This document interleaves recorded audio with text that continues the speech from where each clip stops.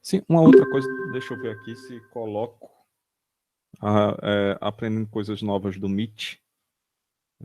Cadê? Em algum canto aqui, eu acho que a gente coloca material.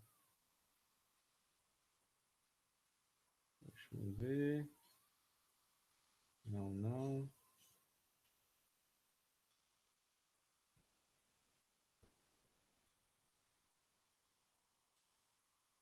Achei. Tinha que ter colocado antes. Bom, o fato é o seguinte, tá?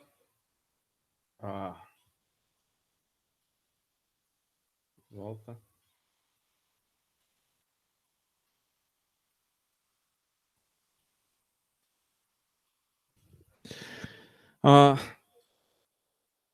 Vocês estão vendo aqui? Ou vão ver? Agora sim. Tem uma série de manuais que vocês encontram na internet de forma muito fácil, tá? Isso aqui é um manual da Inova que fala especificamente sobre o processo de extrusão de poliestireno. E aqui, deixa eu só fazer uma pequena revisão para a gente ficar um pouco inteirado sobre o nome dos termoplásticos.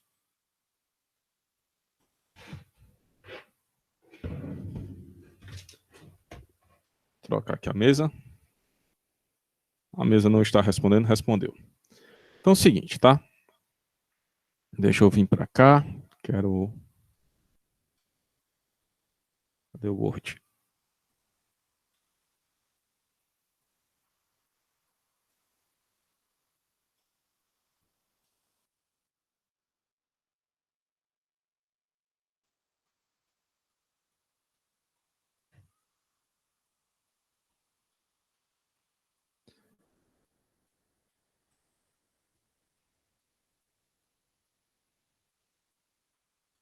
Então é o seguinte, tá? Os processos que a gente está vendo,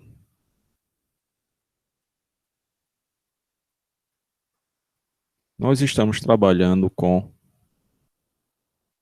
termoplástico. Como eu já falei lá na frente, termo vem de temperatura. Então são aqueles plásticos que a gente aquece, então a gente dá temperatura. Depois dessa temperatura, isso aqui que é sólido se transforma em fluido. E esse fluido, isso aqui é um fluido com alta viscosidade, tá? Então aqui nos plásticos tem um negócio chamado índice de fluidez. Que danado é esse índice de fluidez? Basicamente é o quanto o plástico escorre em uma determinada temperatura. Para que danado serve isso? A depender do processo que eu queira fazer e do produto que eu queira, eu vou ter um determinado plástico, um determinado índice de fluidez para aquela aplicação. Então, por exemplo, se eu quero fazer um balão para fazer sacolinhas plásticas, o plástico não deve se rasgar na hora que o balão está sendo inflado. Então, ele deve ter certas características. Então, pressupõe-se um índice de fluidez um pouco menor, tá? Ou com uma dificuldade maior de se expandir. Por outro lado, se eu quero fazer uma peça com muitas reentrâncias, com muitos detalhes, quanto mais fluido for o material, melhor. Então, tudo vai depender do processamento e da aplicação que vai ser dada ao plástico. E dentre os plásticos, aí tem um leque gigantesco de aplicação. Então, vou citar aqui os principais, tá? Então, nós temos o polietileno. Esse daqui é muito utilizado em embalagens, sacolinhas plásticas em geral, tá? Então, o que é que acontece com esse polietileno? Como danado é esse cara? Poli quer dizer muitos, etileno vem da química orgânica lá. Se você se lembrar lá de química orgânica, nós temos quem? Quem se lembra? Se eu tenho um carbono, qual o nomezinho que a gente dá? Alguém? 2 carbonos. 3 carbonos. Então, isso aqui é met, et, prop, com 4. But, e aí vai crescendo. Então, etileno significa que são 2 carbonos. Então, o polietileno é esse carinha aqui.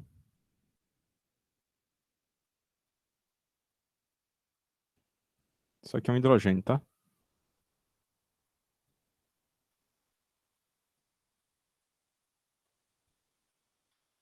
E aqui embaixo o Nzinho. Esse N é o tamanho médio da molécula, e esse tamanho médio da molécula está diretamente ligado aqui ao índice de fluidez. Quanto menor for a moléculazinha, maior o índice de fluidez. Quanto maior, menor o índice de fluidez. Então, o que é que acontece com esse carinha aqui? Esse polietileno, ele ainda pode ser polietileno de alta densidade, por isso AD, e polietileno de baixa densidade, BD, tá? Isso aqui normalmente vocês vão encontrar em embalagens. Aí você pode ter em inglês, tá? Que aqui em vez de alta densidade AD vai ser HD, aqui LD, tá? Então vocês vão encontrar muitos aqui em embalagens. Se vocês pegarem lá o símbolo de reciclagem, você vai ter lá esses 2 polietilenos. Diferença básica entre um e outro, do alta densidade e baixa densidade, é porque o de alta densidade vai ter a cadeia polimérica e pequenas ramificações saindo dessa cadeia. O de baixa densidade tem a cadeia polimérica e grandes ramificações. Como nesse caso aqui fica mais fácil, esse primeiro caso aqui fica mais fácil colocar uma molécula junto à outra, nós temos a alta densidade. Nesse outro caso aqui, como cria um volume maior, nós temos a baixa densidade. Aí esse cara aqui ainda tem os polietilenos de ultra alto peso molecular. Esses polietilenos de ultra alto peso molecular são utilizados em peças que você vai ter um atrito muito grande, tá? Então, como o peso molecular dele é muito alto, o índice de fluidez é muito baixo, então eles podem ser utilizados em peças, digamos assim, autolubrificantes, tá? Que aí você pode ter um contato, um atrito muito grande que não vai ter um desgaste tão grande, tá? Mas basicamente o que a gente utiliza no dia a dia, polietileno de alta densidade, polietileno de baixa densidade. Aí vamos para o outro que é muito utilizado, polipropileno. Poli muitos, propileno que vem dos 3 carbonos. Isso aqui são chamados plásticos vinílicos. Quem tem um disco de vinil sabe basicamente o que danado é, tá? Que é PVC no final das contas. Então nós temos esse carinha aqui, tá?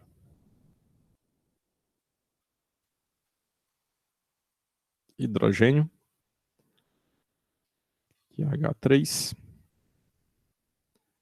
H. Então fica essa daqui, a molécula de polipropileno.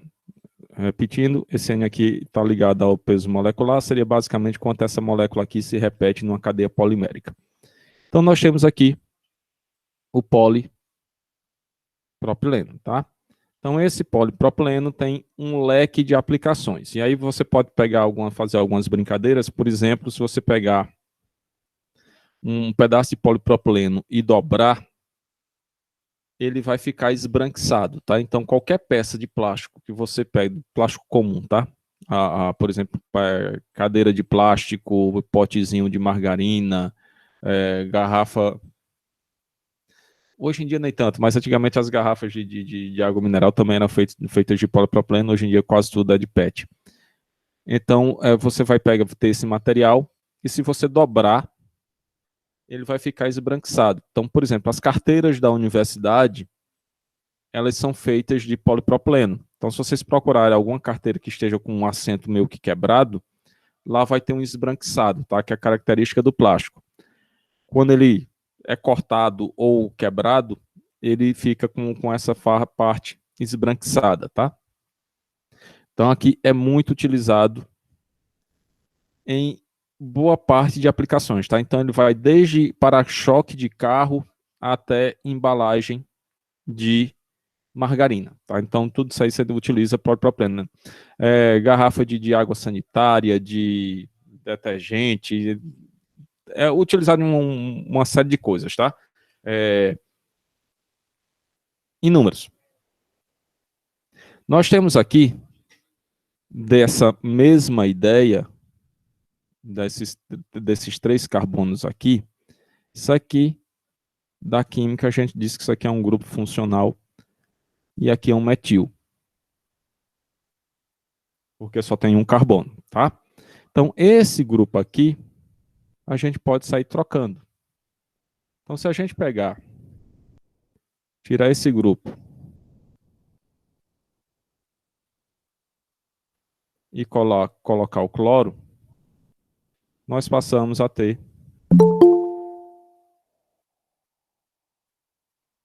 Cadê? Borracha? Não, borracha, imbecil. A gente passa a ter o PVC. PVC é o policloreto de vinil. PVC, a grande aplicação, tá em tubos e conexões. Tá? Então, cano, eletroduto, uma trocentos de coisa é utilizado com PVC, tá? O pessoal da indústria de PVC diz que é um plástico ambiental, porque o cloro vem desse carinha aqui, do cloreto de sódio. E de onde é que a gente tira o cloreto de sódio? Do sal marinho. Então, se vem do mar, é coisa boa, tá? Então, nós temos aqui o PVC. Aí, se a gente for trocar de novo esse mesmo grupo funcional por outro, cadê? Deixa eu apagar aqui. Eu estou fazendo tudo isso aqui no mesmo coisa, que como está sendo gravado, então eu vejo aí na sequência depois como é que fica. Se a gente troca o cloro,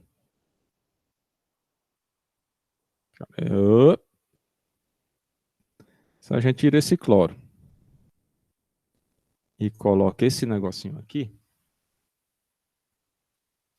tom, tom, tom, tom. Quem se lembra desse carinha aqui? Alguém? Ninguém? Isso aqui é um anelzinho de benzeno, que nesse caso aqui vai se transformar no poliestireno.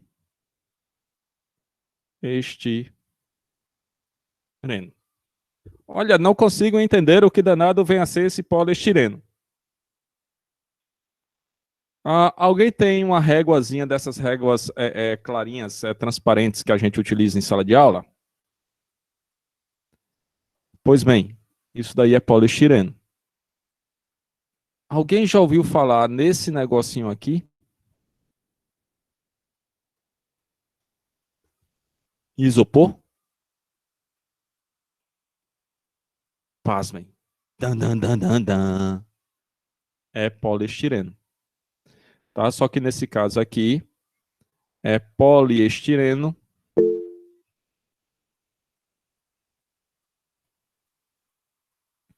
expandido. E basicamente é o seguinte, tá? Você pega os pellets de poliestireno, joga dentro de um solvente, normalmente éter. Esse solvente entra para dentro do plástico, ou seja, é absorvido por esse plástico, e você cozinha. Ao cozinhar, o poliestireno, o éter, tende a evaporar, e aí funciona basicamente como se fosse uma espécie de fermento. Então você pega o pelletzinho e expande. É tanto que se você pegar agora um pedaço de isopor, for ver lá, você tem pequenas bolinhas que formam aquela peça toda. Aquela peçazinha, aquela bolinha separada, é um pellet de poliestireno, tá? Então, você tem aqui uma aplicação gigantesca, principalmente em peças que a gente precisa de transparência, mas que devido a esse grupo funcional aqui, a esse carinha aqui, que ele é muito grande, normalmente as peças de poliestireno são peças frágeis, ou seja, você quebra com uma certa facilidade.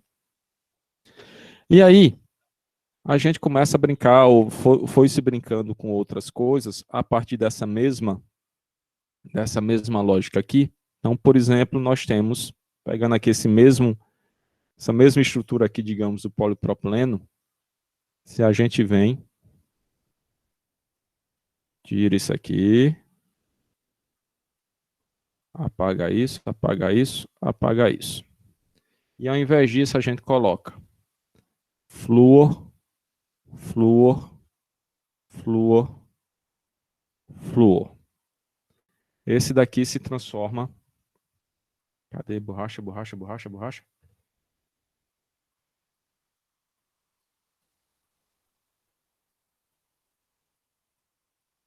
Esse carinha se transforma no tetra. Tetra por quê? Porque são 4. Fluor etileno. O que porra é essa? Alguém já ouviu falar em Teflon?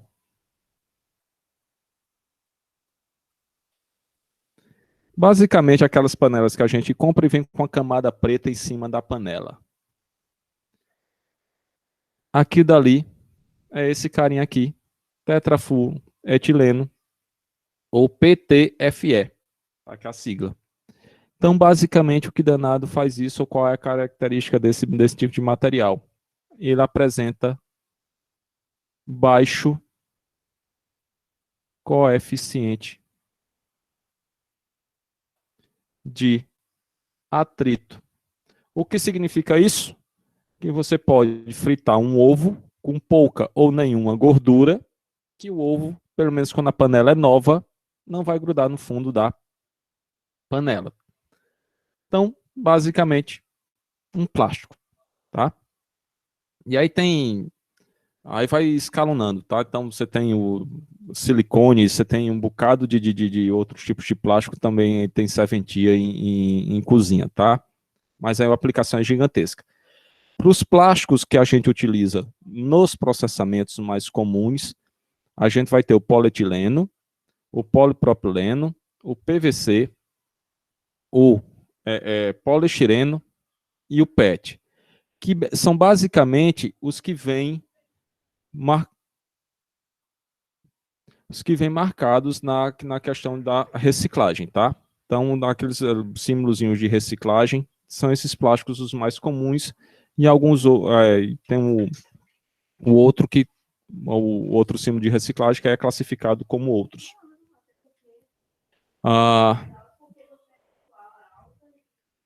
Minha mulher passou por aqui falando.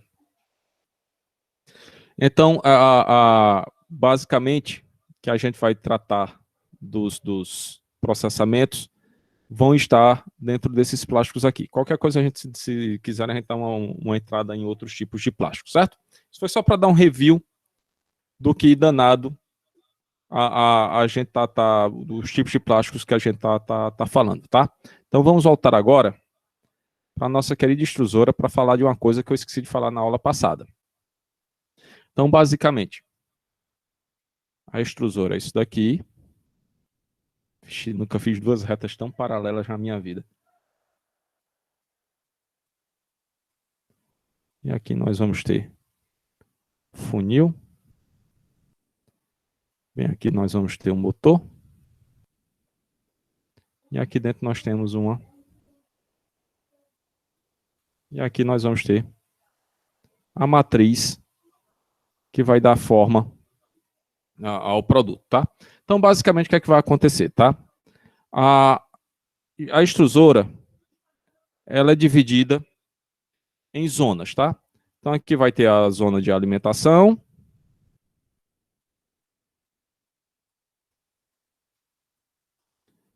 A dosagem e a zona de compressão. Então, cada uma dessas zonas tem uma temperatura específica para o funcionamento que a gente chama de perfil de temperatura. Normalmente, esse perfil de temperatura ele vai começar na temperatura mais baixa, chega no limite e lá na frente dá uma baixadinha. Porque aqui na alimentação não pode começar logo com a temperatura muito alta. Ora, se eu estou trabalhando com um material que derrete ao ser aquecido e ele vai descer por um buraco que a gente chama de goela, se a temperatura aqui for muito alta, eu posso fazer com que esse material ele comece a amolecer na entrada dessa goela. Se ele amolece aqui nessa entrada, consequentemente diminui o fluxo de material e como o processo é contínuo, vou ter falha no produto aqui no final. Então, normalmente a temperatura aqui é mais baixa, depois dá uma aumentada, aqui também o atrito aumenta, tá? Então tem que ter um controlezinho um pouquinho melhor, normalmente com resfriador e tudo mais, até chegar aqui na parte da saída. Essa mesma ideia vai servir para o processo de injeção. E aí o seguinte, a gente tem, como falei na aula passada, a gente pode colocar alguns elementos dentro do plástico, tá? Que aí a gente faz um tal de compósito, que basicamente é o plástico mais algum aditivo. Então, normalmente, para se fazer, se pegar esse negócio aqui, fazer essa mistura prévia, a gente passa por um processo prévio de extrusão, que é basicamente isso daqui. Cadê? Deixa eu ver se eu não me perdi.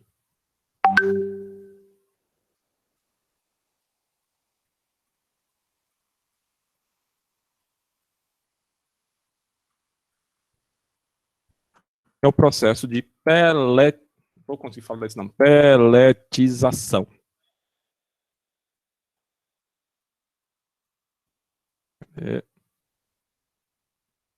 Fechar isso aqui.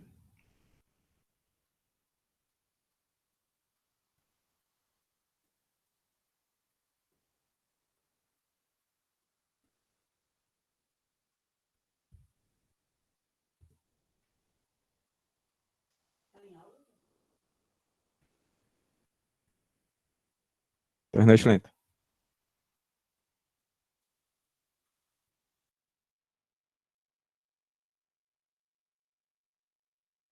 Boa?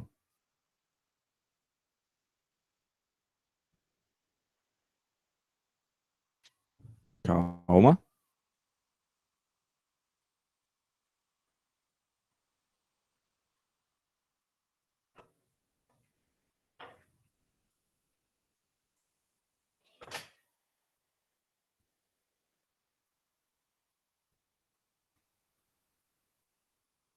Então, esse processo aqui é o processo que a gente vai fazer o tal do pellet, tá? Então, basicamente, a pelletização, então, por exemplo, se a gente trabalha com, vai fazer algum tipo, colocar alguma carga no material, por exemplo, fazer, colorir o material, então a gente vai passar todo o material, vai misturar com o master, que é o pigmento, vai passar pela extrusora e ao final da extrusora a gente vai fazer a trituração. Isso aqui é um quadro de controle elétrico da extrusora. Tem áudio esse negócio?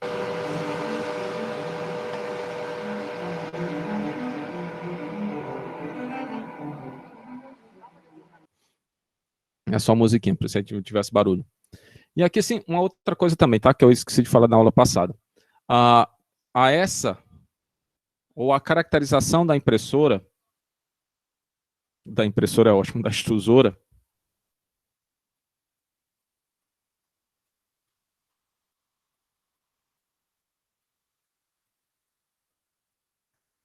ela se dá pela relação LD, tá? Que danada é LD?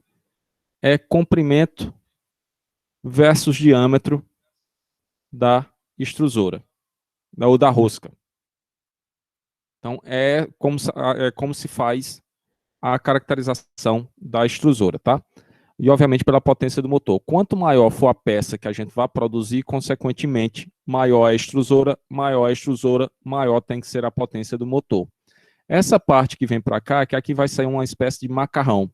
Então, essa parte que fica para cá é onde começa a ter o resfriamento e lá na frente vai ter a cortadora. Deixa eu deixar esse negócio aqui maior, que senão quem estiver vendo no celular. Vamos lá. Cadê? Play.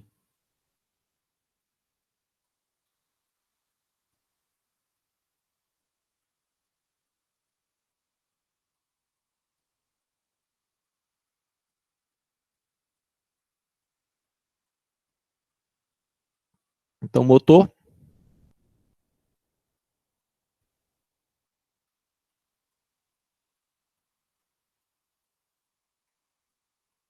Esse negócio de inversor de frequência é basicamente só para controle de velocidade do motor, tá?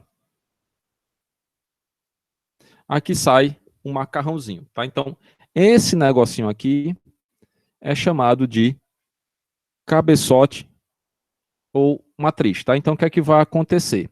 Todo o material vem por aqui, passa por uma série de peneiras para evitar qualquer contaminação e chega aqui no final, como se fosse uma fieira, tá? Então, cada trocinho aqui vai ter um buraquinho e esse buraquinho vai sair o pellet. Ou sai um macarrão, que desse macarrão a gente vai fazer o pellet.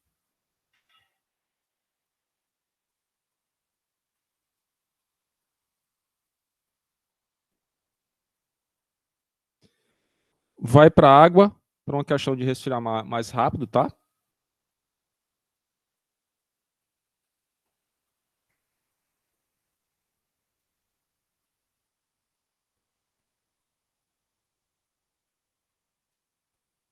Normalmente essa quantidade de material jogado no chão é quando você começa uma nova linha, até ajustar os parâmetros é meio que negócio de jogar material fora, tá?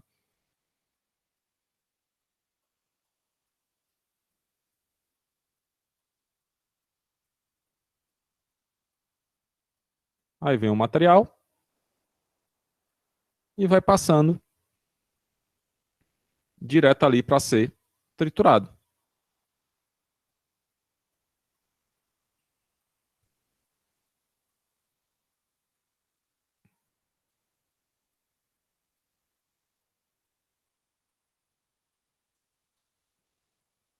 Aí sair o pellet desfocado, mas é o pellet, tá? Então, o que é que acontece, tá? Por exemplo, se a gente trabalhar com for pensar em reciclagem, as embalagens normalmente têm uma baixa densidade. Então, se elas têm uma baixa densidade, elas precisam ser densificadas para que a gente possa reciclar. Então, por exemplo, você tem lá um bocado de sacolinha plástica. Para fazer a sacolinha plástica descer pelo funil de uma extrusora, dá-se muito trabalho, tá? Então, existem alguns processos que a gente faz para densificação. Um deles, por exemplo, é você pegar o plástico e colocar em uma espécie de batedeira industrial. Então, o atrito da pá da batedeira com o plástico aquece o plástico, aquecendo o plástico, ele fica mais denso, então você consegue passar por uma extrusora, tá? Então, os processos de reciclagem normalmente vai ter uma etapa meio que é passar por essa etapa de pelletização, tá? Então, a gente vai ter que fazer uma mistura prévia para poder utilizar o material mais lá na frente.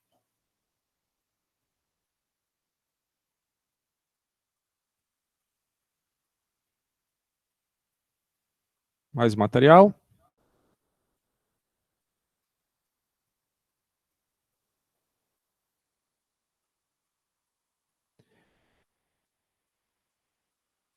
Então, de novo aqui, só por outro ângulo, a questão dos fios caindo dentro d'água.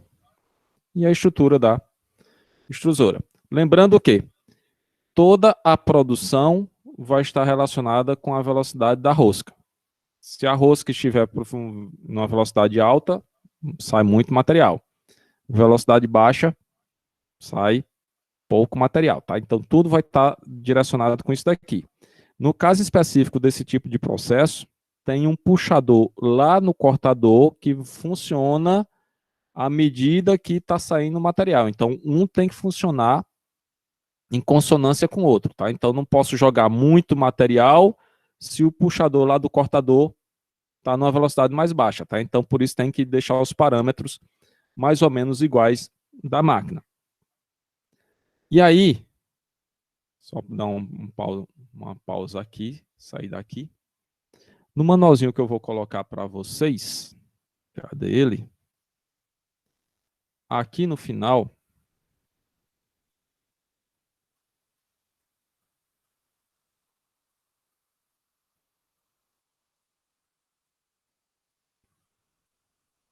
boa parte tem algo que tem no livro, tá?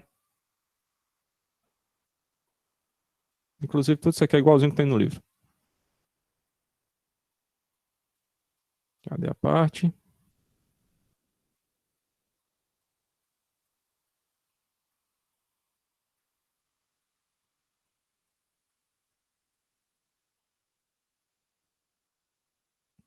Aqui é só para a questão de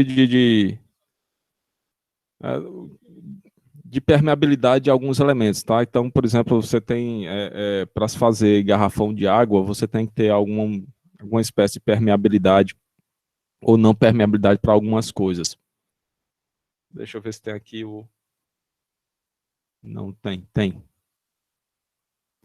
Aqui, por exemplo, ó, permeabilidade a CO2. CO2 é o gás carbônico que está dentro das bebidas gaseificadas. Então, aqui nós temos o PET 0,77. Mas se você chegar aqui para o polipropileno, vai ter 30. Então, significa dizer o quê? Se a gente botasse um refrigerante dentro de uma garrafa de polipropileno, muito provavelmente todo o CO2 iria sair da garrafa. Então, você ia tomar meio como refrigerante sem gás em pouco tempo. Então, por isso que o PET foi utilizado ou é utilizado para fazer, para utilização em garrafa para bebida gaseificada. O poliestireno é 100, então botou dentro, o gás já vai saindo, tá? Então, por isso que o PET é utilizado para esses fins.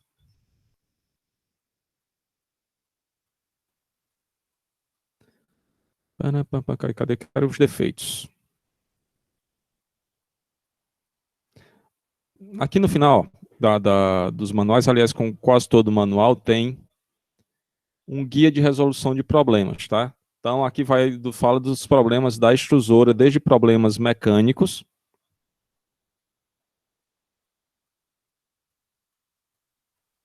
passando por causa térmica, por exemplo, aqui escape de material pela dosagem.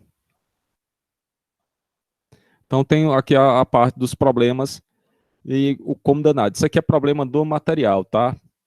linhas contínuas, linhas descontínuas, então são problemas que aparecem no material.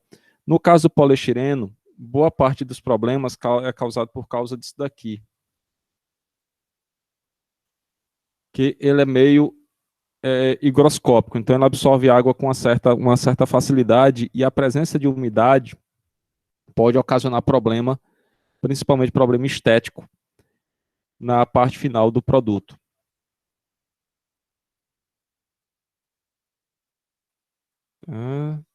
Aí tem aqui tem uns problemas aqui, tá? Vou passar outros para vocês com outros tipos de problemas que porventura venham aparecer. Deixa eu voltar para cá, senão a gente atrasa muito.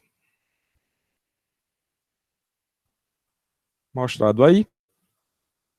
Então a gente chega no fim da pelletização. Então, com o pellet, ou os pellets, vou pegar aqui outro.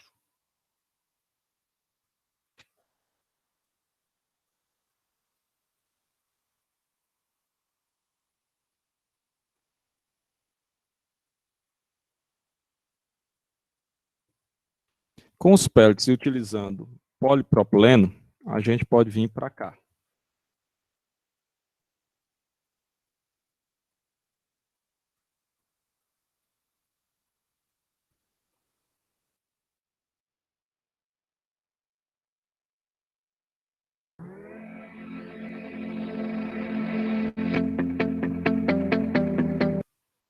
Isso daqui é encapsulamento de cabo elétrico, tá? Então nós vamos ter o cabo elétrico e em cima do cabo elétrico nós vamos passar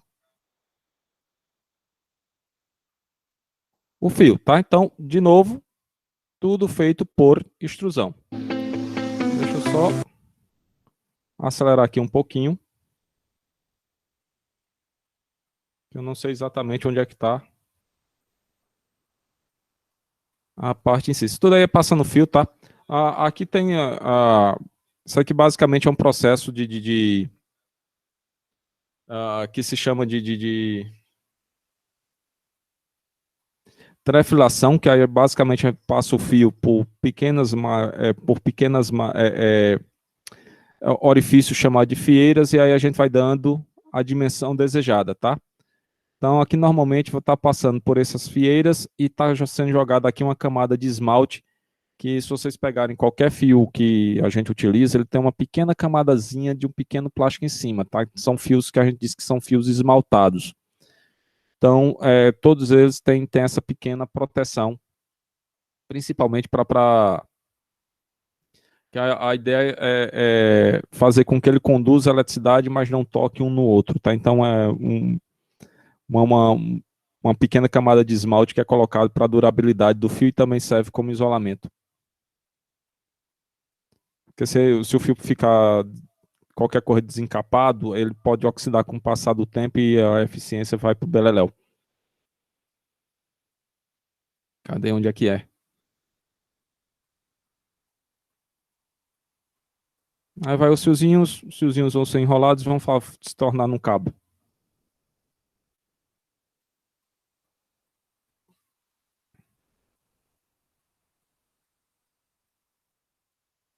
Pronto. Aí aqui o que é que está acontecendo? Está se chegando aqui vários fiozinhos individuais. Tem um aqui, tem outro aqui, outro aqui, outro aqui. E eles estão sendo colocados e vão sendo enrolados, tá? Então aqui eu tenho fio. E quando eles se juntam em mais de um, passa a se chamar cabo. Corra sensacional.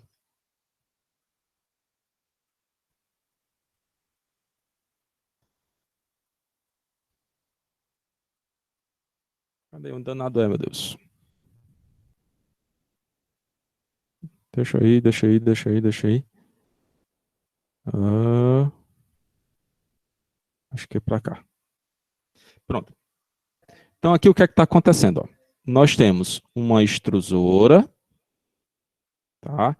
Então essa extrusora vai derramar o plástico aqui e o plástico vai cair em cima do fio, tá? Aqui basicamente é um encapsulamento do encapsulamento, tá? Não sei se vocês já pegaram aqueles fios que são pretos, que você corta o fio preto por fora, aí dentro tem dois fios, no caso aqui especificamente três, tá? Que é o azul fase neutro e o verdinho seria o terra. Você corta esses fios, tem um encapsulamento preto por cima e por dentro tem três fios com cores diferentes, tá? Então aqui vai ser jogado um plástico que vai cobrir esses três. Obviamente esses dois aqui, esses de outras cores já foram cobertos em uma outra etapa. Então passou, então é direcionado e aqui vem a mágica da mudança de cor, tá? Então o que é que está acontecendo? Tal qual lá na peletizadora está saindo um macarrãozinho na cor preta e esse fio está passando por dentro desse plástico. Então, como ele passa por dentro do plástico que está derretido, ele vai cobrindo essa parte dos fios, tá? E aí sai o cabo. De novo, passou, vai para uma etapa de resfriamento. Indo para essa etapa de resfriamento, lá no final tem o bobinamento.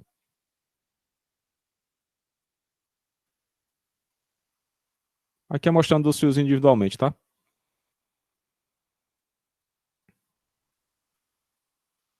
E o que eu gosto de ver é o povo trabalhando só de bermuda.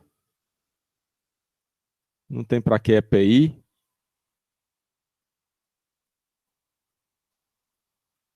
Embalagem.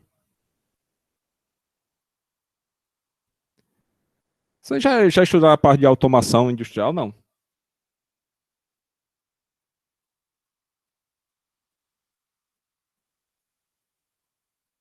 Controlador lógico programável, esse negócio, já escutaram, já ouviram falar o que danado é, que basicamente tudo isso daqui é controlado por CLP, tá? Aí tem. O material, aliás, tá caro pra danado, fio elétrico, tá? Nunca vi um negócio tão caro na minha vida. E aí, a parte de expedição. O estoque tá alto aí da empresinha.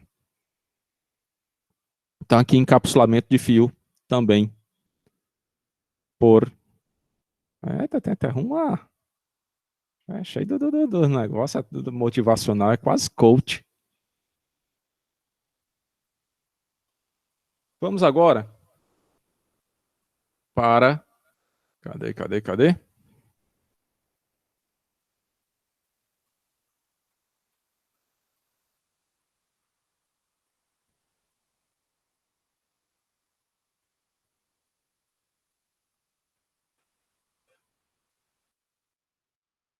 Usar um sopro. Eu tinha falado um pouquinho na aula passada.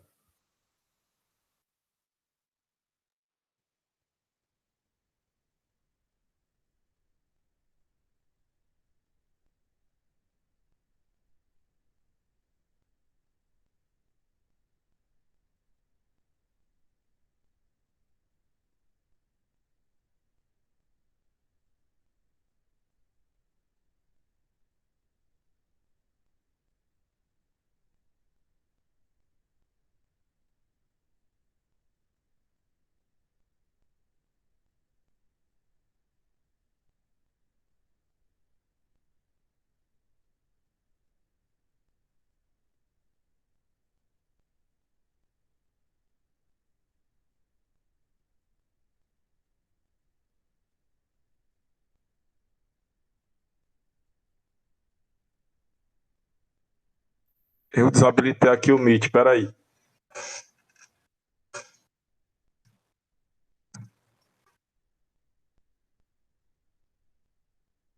Usei a janela errada.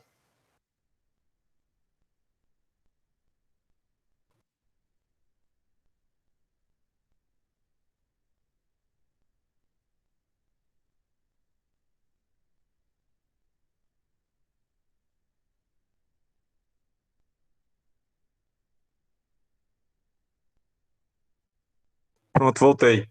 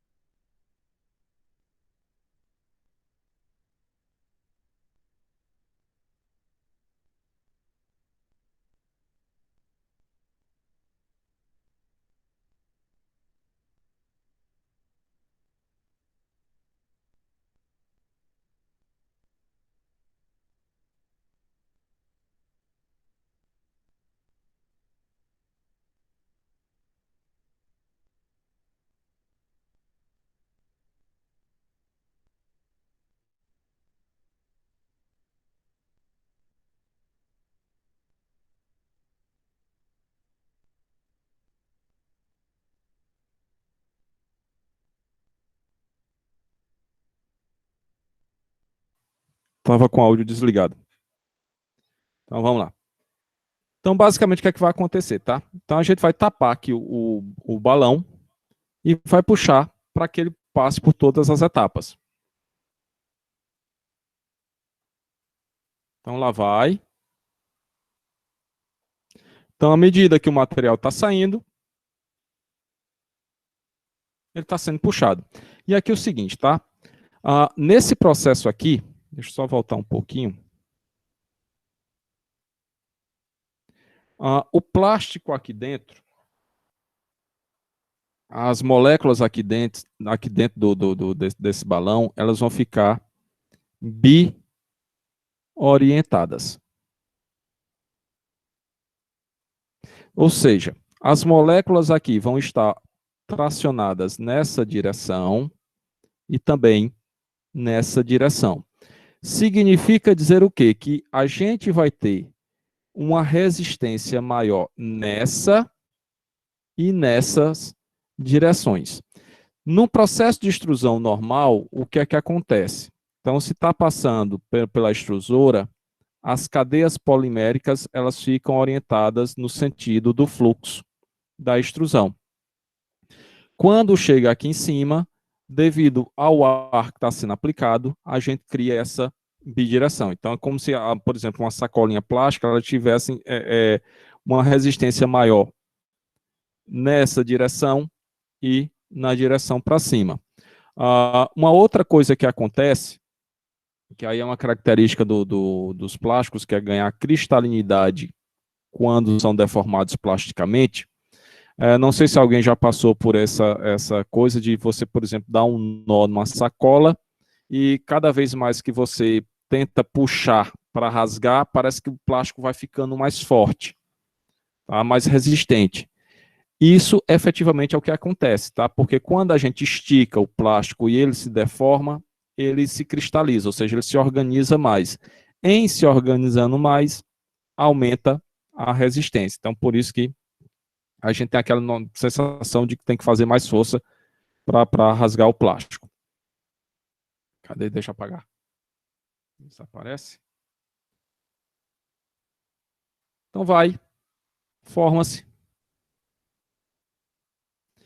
Tudo isso aqui, de novo, a extrusora vai ter que trabalhar em compasso com a parte do estiramento, ou seja, com a parte que está puxando o balão, tá? Então, tudo tem que ser muito bem dimensionado. E aqui é só as brincadeirazinhas com o cara fazendo propaganda, tá? Mas está aqui o saquinho. De novo, quanto maior isso daqui, mais tempo necessário para resfriamento. E aqui a parte do bobinamento dos filmes plásticos. Então aqui, vamos dar um pulo para cá. Cadê?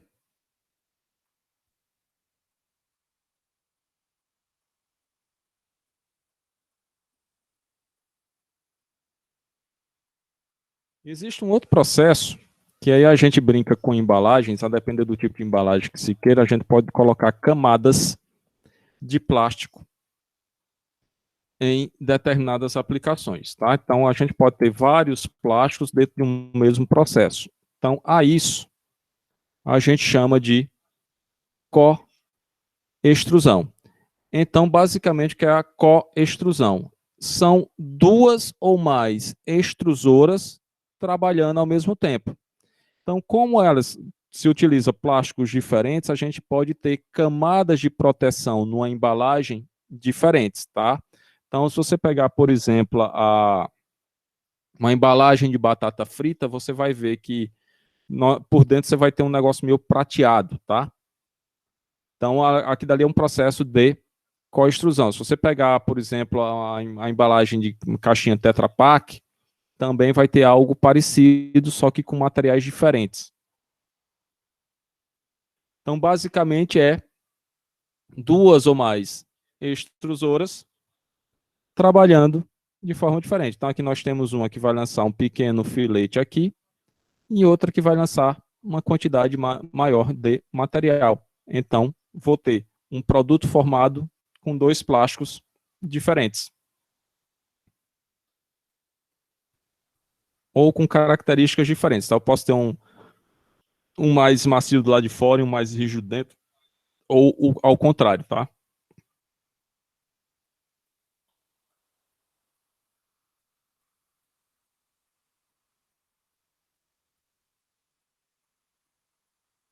Aí formando um perfil.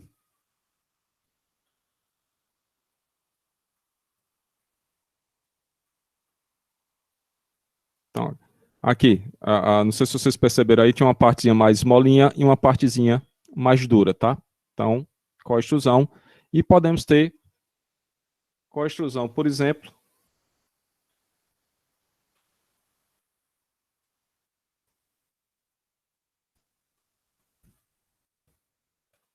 com 9 camadas. Ou seja, são 9 ou até 9 extrusoras jogando material para fazer um outro material que vai servir de embalagem, tá? Então aí são 9 extrusoras trabalhando ao mesmo tempo.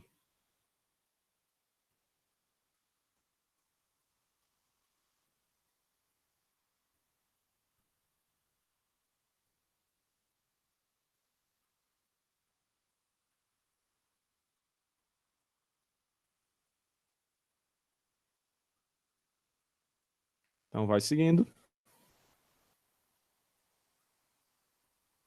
Então, esse filme formado, ele será formado por 9 materiais diferentes, tá?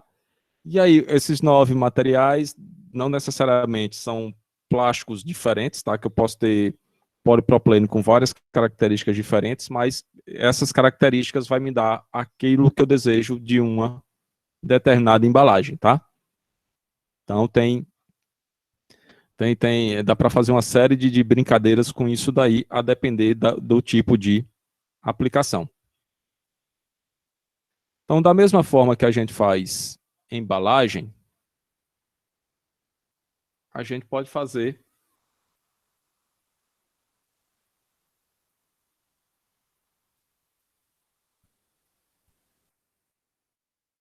perfis.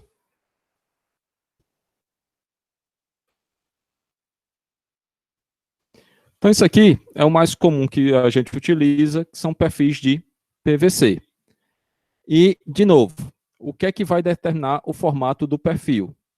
É a matriz e o cabeçote, tá? Então, tudo isso daqui está passando por um formato final na saída da extrusora e a gente sai com esse formato de um perfil. Existem trocentos perfis diferentes, modelos de perfis, tá? Que aí vai depender muito do que se queira, tá? Então, esse daqui, por exemplo, é utilizado para forro. Então, tudo isso é feito ou conseguido mudando simplesmente a forma do cabeçote na saída da extrusora. E, de novo, esse puxador aqui tem que trabalhar na mesma velocidade com que o material está saindo, tá? Então, ele é parte ativa, então ele vai puxar esse material. Isso aqui são sopradores, porque o bichinho vai sendo resfriado. E aí, desse aqui eu não tenho certeza, mas também a água. Então, para retirar o excesso de água, tá?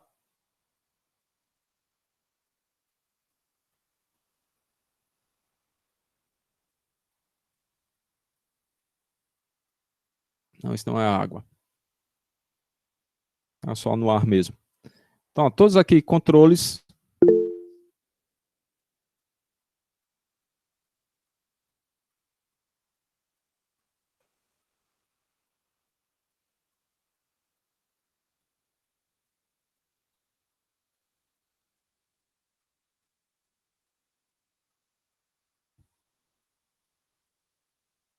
E aqui no caso, sai 4 perfis ao mesmo tempo, tá? Então, da mesma forma que é feito perfil, mudando ou mudando-se a matriz, a gente pode fazer.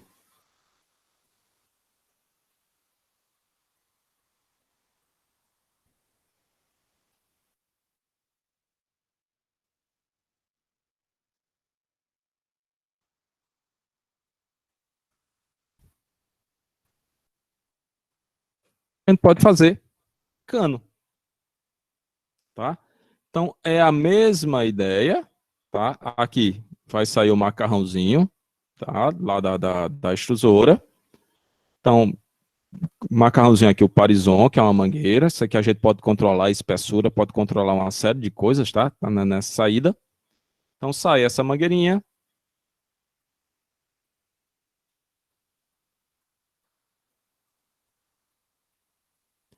Que resfriamento a água. Então a mangueirinha vai sair, vai ser puxada por todo esse processo. Pô, sacanagem, na hora que eu mostrar o processo. Aqui polipropileno, mangueirinha saindo, sendo direcionada para passar por todo o processo aqui de puxador.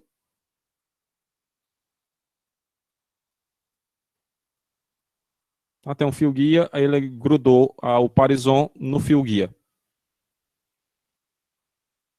E aqui dentro vai ter ganchinhos ou rolinhos que vão puxando o material. Vai puxando.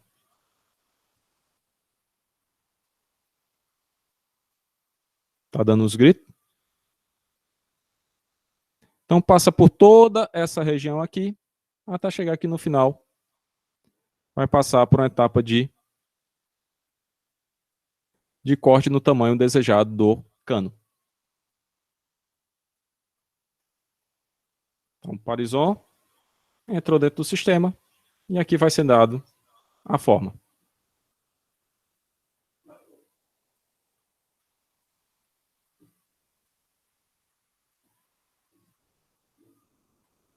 E aqui o cano lá, no final. Vocês viram lá no início, tava fluido, digamos, moldável. E aqui no final já aparece rígido.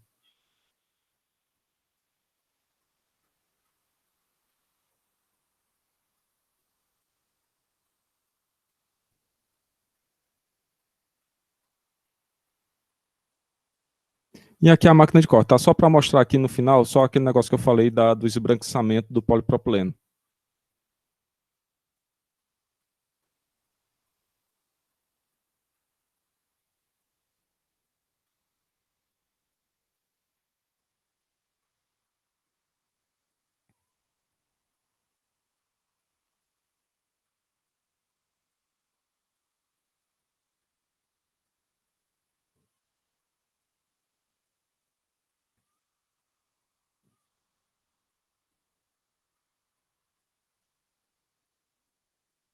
Então, se vocês olharem aqui, tem um pequeno esbranquiçamento durante o corte das peças, tá? Normalmente, quando ele é dobrado, ou aqui, por exemplo, muito provavelmente a máquina não está muito bem regulada para cortar. Então, é meio que se ficasse alguma coisa meia solta, com um pouquinho de folga, aí essa folga forma esse esbranquiçamento.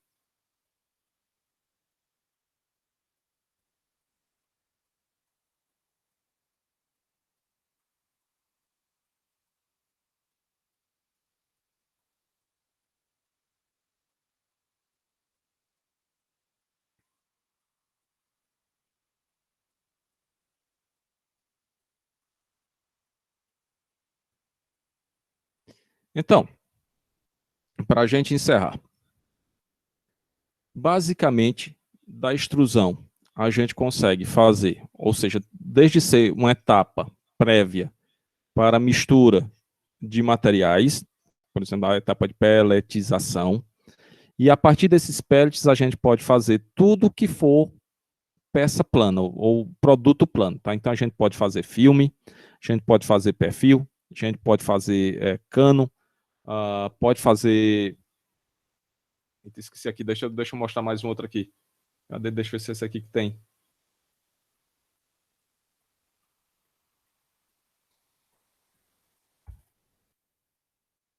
pode fazer garrafa, pode fazer, sei lá. Deixa eu ver se é esse.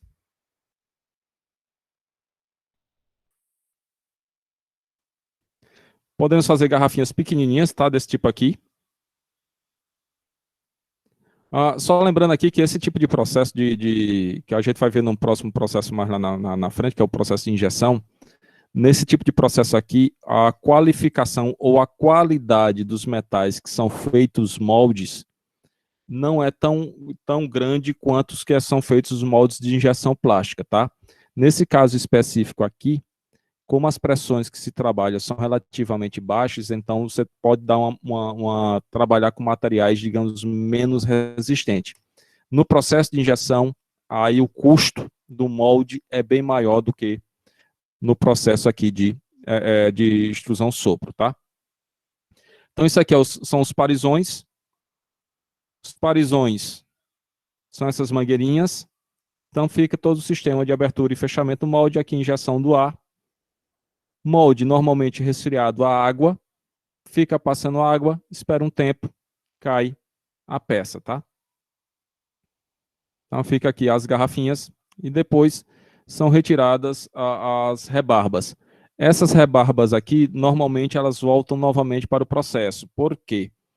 Como a gente já sabe que tem a origem do material é a própria fábrica, então não houve contaminação nenhuma do plástico, então ele é tratado como material virgem.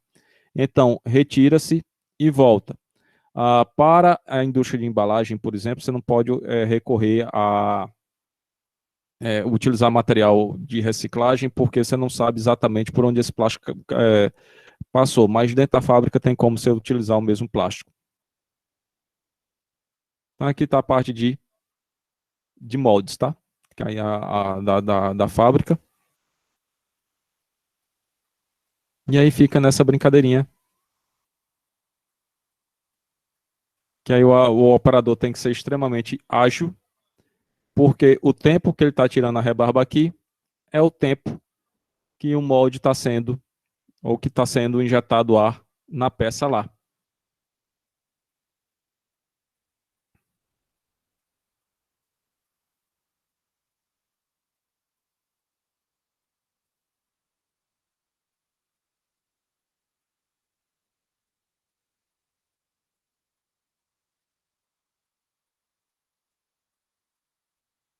Sensacional.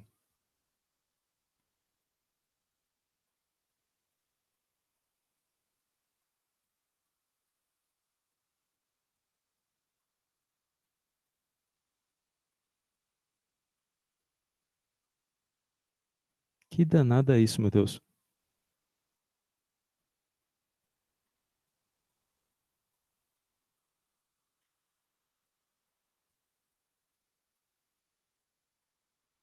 Sim, aqui também, nessa outra aqui, só mostrando que você pode injetar ar também pela parte de baixo, tá? Não necessariamente só pela parte de cima. E o corte do material normalmente é feito por uma resistência elétrica. Então o parizão é cortado em cima como se fosse uma esquenta um material e a faca passa. Ou o fio passa pelo material.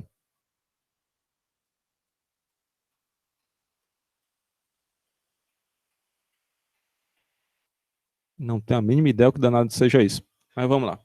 Então, ó, de peças planas a peças ocas, tudo dá para ser feito com extrusão, tá? Então, aqui é só para mostrar, dar uma abrangência aí do processo.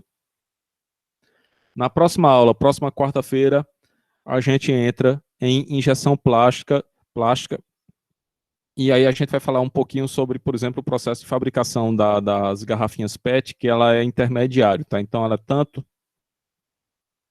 utiliza tanto a parte de injeção quanto a parte de sopro, tá? Então, mas aí a gente fala na próxima aula. Alguma pergunta?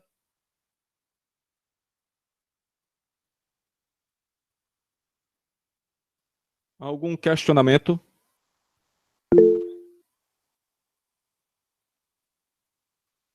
Então, Professor, agradeço pela presença.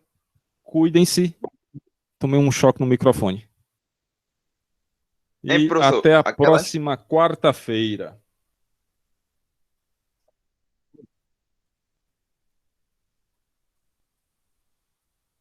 Oi? Pode falar? aquelas telhas brasilites, elas são feitas de plástico também? Como funcionam os processos de fabricação delas? Não, antigamente, posso dar uma pesquisada, mas normalmente ela é feita de fibrocimento, tá? Então ela é um material cerâmico. Mas existe já telhas seguindo aquele formato feitas de plástico. E também tem a Tetra Pak, está incentivando, por exemplo, a reutilização de embalagenzinhas plásticas para fazer aquele tipo de telha ondulada. Mas antigamente ela era feita basicamente de amianto.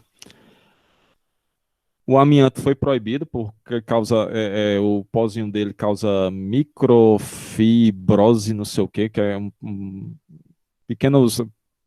O pó entra pelo nariz e entra no pulmão e se fixa no pulmão, e aí você pode ter problemas de respiratórios no futuro, tá? Então foi proibido fazer as coisas de amianto. Aí depois que foram proibidos, aí eles foram para um negócio chamado fibrocimento, que basicamente é você pegar uma espécie de material fibroso e moldar junto com cimento para formar as telhas. Mas hoje em dia existe plástico, tá? Então que você só precisa ter um cuidado porque como elas são muito leves, você tem que arrumar um jeito de fixação delas no telhado. Senão as coitadinhas, qualquer vento forte, sai voando.